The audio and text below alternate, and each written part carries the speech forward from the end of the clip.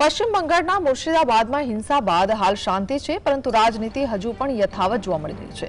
ભાજપ નેતા અને ફિલ્મી અભિનેતા મિથુન ચક્રવર્તીએ હિંસા પર મોટું નિવેદન આપ્યું છે। તેમણે કહ્યું છે કે હું કેન્દ્રીય ગૃહમંત્રીને બંગાળમાં રાષ્ટ્રપતિ શાસન લાદવાની અપીલ કરું છું। બંગાળમાં આગામી ચૂંટણી સેનાની હાજરીમાં થવી જોઈએ। અમે બંગાળમાં નિષ્પક્ષ ચૂંટણી ઈચ્છીએ છીએ।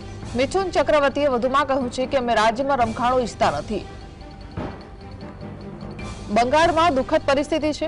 રમખાણોગ્રસ્ત વિસ્તારોમાં હિન્દુઓને તેમના ઘર છોડવાની ફરજ પાડવામાં આવી છે। બંગાળમાં તુષ્ટિકરણની રાજનીતિ ચાલી રહી છે। બંગાળ આપણા હાથમાંથી સરકી રહ્યું છે। વકફ કાયદા વિરુદ્ધ મુર્શિદાબાદમાં વિરોધ પ્રદર્શન દરમિયાન હિંસા થઈ હતી, જે બાદ મુર્શિદાબાદમાં પરિસ્થિતિ નિયંત્રણમાં છે, પરંતુ બીજી તરફ હિંસાને લઈને નિવેદનબાજી યથાવત જોવા મળી રહી છે। મમતા બેનર્જીએ મુર્શિદાબાદમાં હિંસાને ભાજપનું ષડયંત્ર ગણાવ્યું છે અને બંગાળને બદનામ કરવા વારંવાર મુર્શિદાબાદની હિંસા પર હિન્દુ મુસ્લિમ કરીને રાજનીતિ કરવા માંગે છે।